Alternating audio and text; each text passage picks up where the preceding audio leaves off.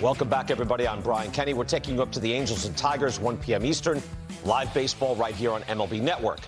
Joey Votto wants to break down Juan Soto's game and put him into historical perspective. Joey Votto, future Hall of Famer, joins us soon. Atlanta has the best record in baseball. Braves pitching coach Jeremy Hefner will join us. He had been with the Mets, now with the Braves. Not sure why you fire that guy. And Rob Parker is questioning Shohei Ohtani's strength of schedule. I kid you not. He's something else. But first, the Phillies pitching record that was reached yesterday. All right, this year, we've seen great pitching. Ohtani, Skeens, Cam Schlittler, Jacob Misiorowski on the rise. But throughout all this, here's Christopher Sanchez. 7 more shutout innings yesterday against the Padres. 9 strikeouts, no walks. He now has a scoreless run of just over 44 innings. That's a new Phillies club record. The Phillies, for consecutive scoreless innings, breaking the record set by Hall of Famer Grover Cleveland Alexander 115 years ago. So, quick history lesson. This is why this is important. Also known as Pete Alexander, 373 wins. 5 times led the league in ERA, 6 times led the league in complete games and strikeouts, 7 times led the league in innings pitched. Did so even though his effectiveness would eventually be largely curtailed by World War I. Served in an artillery unit in the Great War, wounded in battle, shell-shocked, hearing damage, lots of combat damage. They didn't have a phrase for it back then. He was in the worst killing fields seen by man. Never the same when he came back, understandably, yet at the age of 39, dominated the New York Yankees in the 1926 World Series, led the Cardinals to a World Series title. That's the Ruth and Gehrig Yankees, the year before the Yankees became the greatest team in history. This was a great pitcher. This is the guy Christopher Sanchez just passed. I know it was a long time ago. People make fun of this. This is worth knowing. All right, let's do a little digging in now and learn a little bit more about Christopher Sanchez himself. Christopher Sanchez is in his age 29 season. He's not out of nowhere. He was second in the Cy Young voting last year, but he is a bit of a late bloomer for someone now at the super elite level. The Phillies got him from the Rays in a trade 2019. He has slowly ascended. In a rotation of Wheeler, Nola, also Ranger Suarez until this year, he stayed relatively under the radar. Sanchez didn't hit the Phillies rotation until 2023 when he was 26 years old. Here's how a guy stays kind of under the radar, right? 99 innings that first year, then a full season. Excellent work. The innings keep climbing. The park-adjusted ERA, 100 is league average, keeps getting better and better. 178 there on that far right. That's a big number. Last year, again, the ERA, if you just want to speak that language, a 2.50 for 202 innings. Only 3 starters hit 200 innings last year. Let's get a bit deeper under the hood now.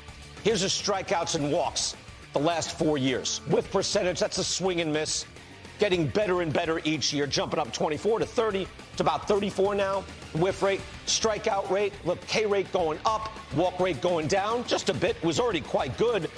These are incredible numbers. This season, both of these, 29% and 5%, they're both in the top 10 for starters this year. Only 3 guys are in the top 10 in K rate, also in the top 10 in walk rate. Christopher Sanchez, Jacob deGrom, Cam Schlittler. Sanchez, what does he throw? He sits 95. He has a nice slider. Throws the changeup, though, over a third of the time. Chris Young, that's a lot of changeups. It's a plus 12 run value, and it's now the best for any pitch in the game right now.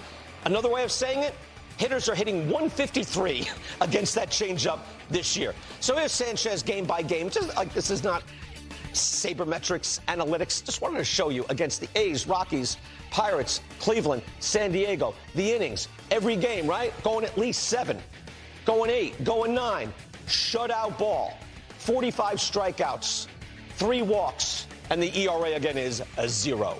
A tremendous run, and now this man on the same list as Grover Cleveland Alexander.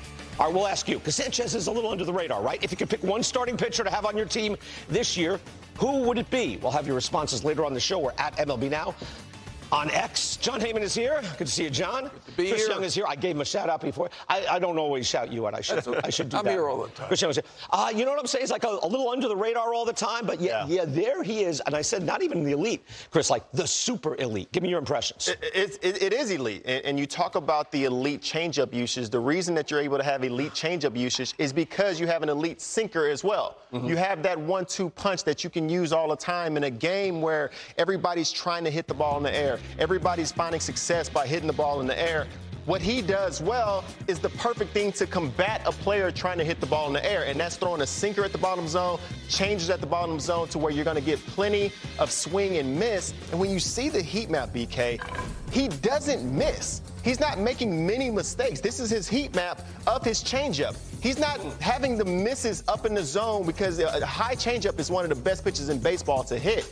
He's not making the mistakes. Everybody's trying to get the ball in the air. Everything he's throwing is going towards the ground, which makes it so much tougher for a hitter to be able to get the ball in the air. And year after year, you see he's getting better, incrementally better. It's because you're incrementally fine-tuning your stuff. You're trusting your stuff more. You're having more confidence. You're understanding you've had a lot of success even in the zone to where you don't have to try to go for the strikeout. The strikeouts will come, but he leans on being durable. He leans on being a guy who can go and give you 7, 8, 9 innings. It's the perfect pitcher for a staff. You can argue that he's a top 3 pitcher in the game right now. Right. That's what we said. Like, who would you pick? He's right up there. Absolutely. I like you brought material. He brought a heat map. Absolutely. He's In the class. That's pretty good. That's pretty good. Prepared. Look, also Dave Dombrowski and the Phillies locked him up. They signed a contract extension for this guy. I'm glad you mentioned that. I do want to give a shout out to Dombrowski, to John Middleton, the owner, and to the agent Gene Motto. There was 3 years at $18 million to go when they extended him. So they had a 5-year control, counting the 2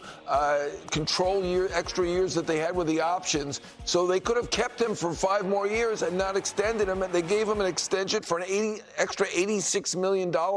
I mean, at the time, it seemed like they're really nice. It's charity. But right now, it looks pretty darn good. And what I'll say about him is, first of all, it's amazing to go 44 2/3 scoreless. But to be a ground ball pitcher, you'd think there'd be some bit of bad luck with ground balls going through at some point in the 44 innings. That shows you how dominant he is. 3 walks, 45 strikeouts. And I'll say this might be the greatest Cy Young race ever, the way this is shaping up with Ohtani, with The Miz, who's averaging 4.8 hits per 9, 14.1 strikeouts per 9, with Ohtani with a no-hit yesterday, not giving up any runs, with Sale, with Skeens, with all these guys, and Mason Miller. It is an incredible race in the National League. Right, really is. This is overall now. But again, this is why Sanchez is always like kind of second or third on most lists. Again, Ohtani's got a 0.82, but Schlittler's been great. Nick Martinez with a low strikeout rate. That's remarkable, but Harrison's a star.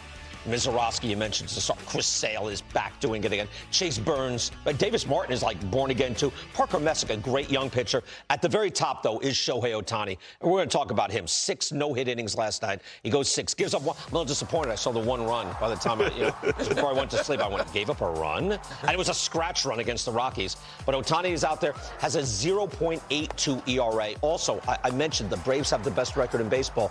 But, Chris, the Dodgers are now right there, and the Dodgers have the best run differential.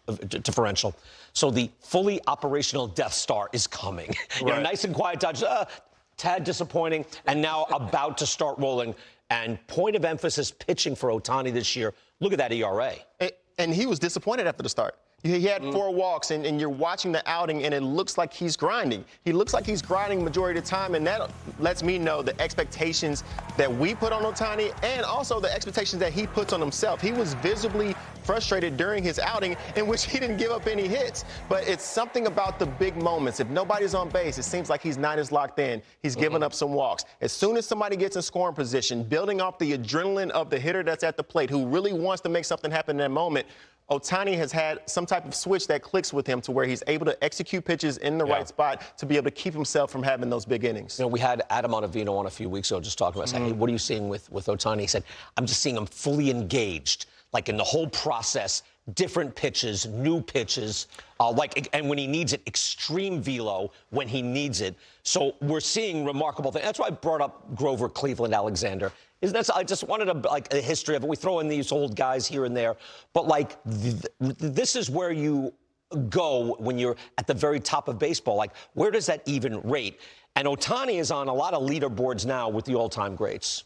Oh, I mean, absolutely. He decided he wanted to win the Cy Young this year, and he just might do it now. I mean, the race is going to be amazing with Sanchez and all the others involved in this, but at this point, he might be the favorite. He's been shut down. I think he is the greatest baseball player of all time. I know you're going to say that when I saw Babe Ruth, which I miss Babe Ruth, I miss Pete Alexander. We're hanging out with Babe Ruth, don't lie to us. So among the people we've seen, and there have been some great ones, A-Rod, Barry Bonds, I saw Mantle, I did see Mantle.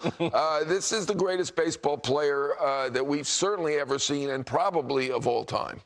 I don't go that we've seen. It's the most remarkable baseball player. And greatest. I wouldn't go there. Really? When you go and revisit Babe Ruth, we're actually, Joey Votto's joining us, and we're looking at greatest left-handed hitters ever. Even Ruth, his first, I think we did first 9 seasons, because that's what Juan Soto has now, right? And we looked at who's the greatest hitter for the first 9 seasons, and we're thinking, well, Ruth pitched for a good 6 or 7 of those seasons. Right. It's still Babe Ruth, number 1. Like, as a pitcher and then as an outfielder for 2 years, he's still the greatest, the highest OPS plus of anybody while he's pitching. And while, by the way, Ruth set a World Series record for consecutive scoreless innings in the World Series. He won 2 World Series as a pitcher. Yeah. Okay, I'm just saying. Good player. I got to push back a little. I got to pump the brakes now and then. And Rob Parker's coming. You want to pump up? He's going to jam. He's jumping on the brakes. You ever have a drive with someone that, like, suddenly they're jumping on the brakes?